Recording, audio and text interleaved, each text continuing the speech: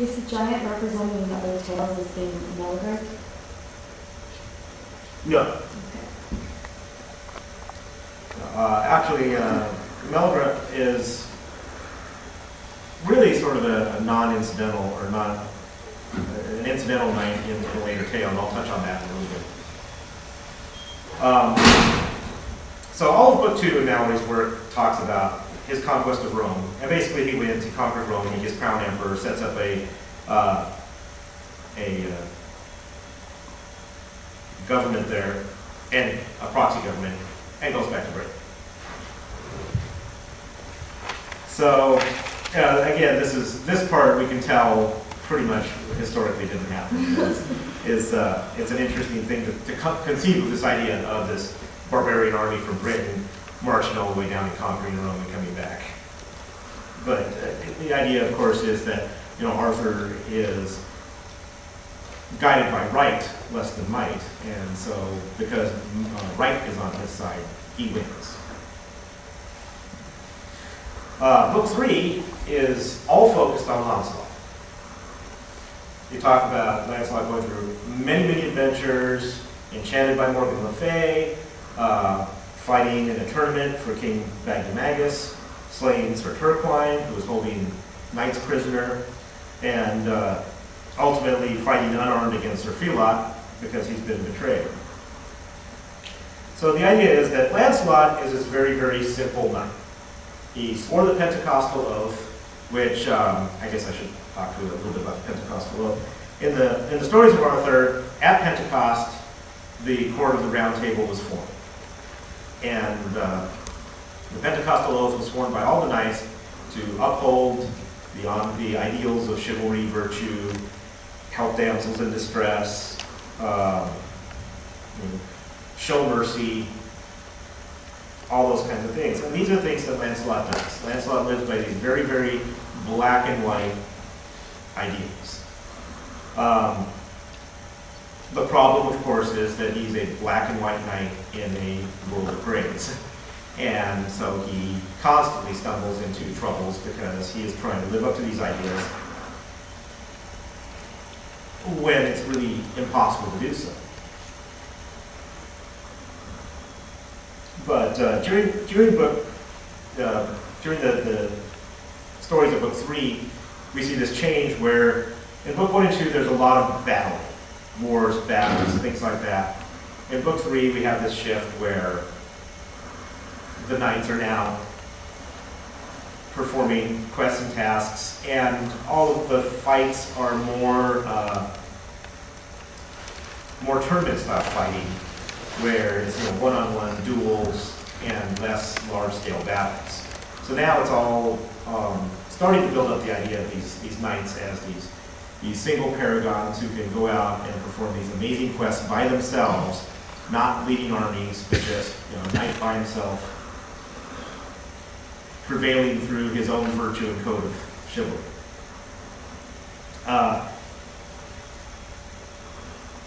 And so at this time we also start touching on this growing romance between Arthur and Guinevere. And Mallory is very careful about how he treats Lancelot during these stories. Lancelot, because he's this black and white moral paragon, other than the fact that he's completely in love with Guinevere, he never actually says that he has not slept with the queen. If he's accused, then he challenges the accuser to a duel with the idea that, if he wins, then obviously the other person is lying. But he never actually says, no, I didn't do this. He just goes and kills the person that accuses him. And really, Guinevere is treated a little poorly during this time. In Mallory's work, he attributes a lot of the unfaithfulness or the overtures towards Guinevere first. Like Lancelot would not have gone to Guinevere's bed if Guinevere had not made the invite. And that goes all the way back to, again, if you look in biblical terms, the temptation of Eve. And I think that you'll find that there's a lot of these parallels in Christian works where they sort of vilify the woman and glorify the man. And as the story of Arthur has evolved in time, they do a better job of making sure that we realize that it takes two to tango. But a lot of what Mallory talks about is courtly love and not adultery. He tries to steer it away from adultery more into this idea of courtly love. Arthur loves and honors his queen, or Lancelot loves and honors his queen, and the story is retold in a different form in a later book with Tristan and Isolde, which I'll talk about very briefly. The fourth book talks about Gareth of Orkney, and Gareth is the youngest of the 5 brothers, Mordred, Gawain, Agravain, Gaheris, and Gareth. And Gareth goes into Arthur's court in disguise, works in the kitchens, and of course we know that Sir Kay is the chancellor, so he is this young noble in disguise is sent to the kitchens, and eventually he becomes a knight in his own right, but he does it through kind of deception, and ultimately by defeating his older brother Gawain in disguise. And so Gareth is this very great warrior, but he's also the first knight that we look at where everything he does is kind of called into question. He hides his identity. He falls in love with the Lady Lynette's sister, Lyonesse, but tries to consummate their relationship before marrying, and only Lynette prevents this from happening. He disguises himself to defeat his brother knight. So Gareth has a lot of enthusiasm, but not a lot of the ideals that you see in Lancelot and Tristan.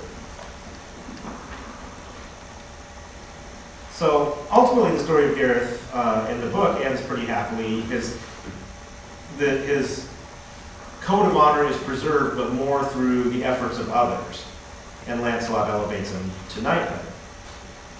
But it is also Gareth, among others, who eventually leads to the downfall of Camelot. And I'll talk about that in a minute. But you can see that Gareth is not the ideal paragon of a knight, but still shows us that the knights were flawed, and some of them were more flawed than others, Gareth being one of those.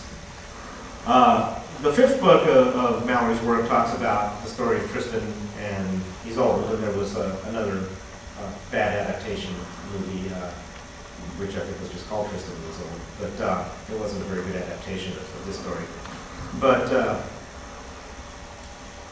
all of a sudden here we start seeing more and more knights, and we have these great knights like Sir Palamedes and Sir Lycos, Sir Alexander, knights who really do tend to exemplify what the ideal of Camelot was supposed to be. And Sir Tristan is one of the really the best and the bravest of these knights. He falls in love with Isolde, but his uncle, his King Mark, gets jealous of Tristan, and in order pretty much just to get Tristan's goat, sends Tristan to ask Isolde for her hand on his behalf. So King Mark marries Isolde more to spite Tristan than anything else, because Tristan is just a better knight than Mark. And so then we see some interesting stories that take place where some knights do some creative interpretation of the Pentecostal oath. You have Sir Dinadan, who runs away from fights and refuses to fight, and things like that. You have Sir Bleoberis, who steals another knight's wife for his own until Tristan stops him. Then you have Sir Blamor, who would rather be killed than let it be known that he was defeated. all of these things these knights are starting to lose their morality as the story progresses, and this is becoming the beginning of the downfall of Camelot. So the story of Tristan is all episodic, and ultimately Tristan is as loyal and faithful a knight as he can be to King Mark, and King Mark does everything he can to sabotage Tristan in the process. Finally, Tristan does take Isolde away from King Mark as retribution for Mark committing treason against Tristan. In this case, Mark has tipped his hand, and Tristan realizes that Mark has been. It does offer everybody the hope, because on Arthur's grave is written, let's see if I can pronounce this, Hic Jacet Arturus Rex Quondam Rex de Futuris. Here lies Arthur, the once and future king. So that's the one little bit of hope that Malory holds out, that Arthur will return, will reunite Britain, and will bring back an age of peace and honor that is that Camelot enjoyed before. So that's really, I mean, I could talk a lot more. I have a lot more notes here, but I'd really like to just go ahead and open things up and let you guys ask questions now. Yeah. Does this legend and myth ever crisscross or converge with the legends of the Knights Templar? It doesn't. It doesn't, really. The Knights Templar are a completely different set of legends. The closest you get is, of course, the Knights Templar were guarding the road to the Holy Lands for the Crusaders, and we know that several of the knights, and I think, let's see if I have the names, Blamor and Bleoberus and Bors and Hector all die fighting the Turks in the Holy Land on Good Friday, but there's not a lot of a crossover there. I'm sure that there are probably some stories out there that have some references in that respect. It'd be worth digging to find them. Any other questions? No? Just story time? I have a question. Yeah. It's kind of just a thought. I read somewhere recently that the legend of Tristan and Isolde was really like the first example of a romantic, bond and connection. Like the first, where we get the idea of like out of love comes marriage kind of thing, or out of love comes a bond that is, noticed by society at large. Well, let's see. We're talking about the stories being written somewhere around the 15th century. So at this point, we're starting, we're in the War of the Roses, but we're also, approaching a lot of romance is beginning to burgeon. So I think that, whether it's the first story or not, I would have to agree that it's probably one of the first that really conceives of the idea of marriage as something beyond just a political arrangement. Anyone else? I have a couple questions. In Britain, when we take these stories and contests, they were used as probably some political gain, or at least some way to keep Britain unified. Did these different characters pull out into political arenas? Did any leaders further on in Britain's history try and take up this story and use it again and again for new political guides? I don't have any definitive information on hand. I would not be surprised if some ruler or another invoked the name of Arthur in some manner for some manner of political gain. Well, I've heard a lot about Merlin and his portrayal in a lot of different stories. And the more that because it's very Christianized, is he seen as a positive or negative force? He's mostly seen as a positive force, but he's seen as a fairly ruthless force too.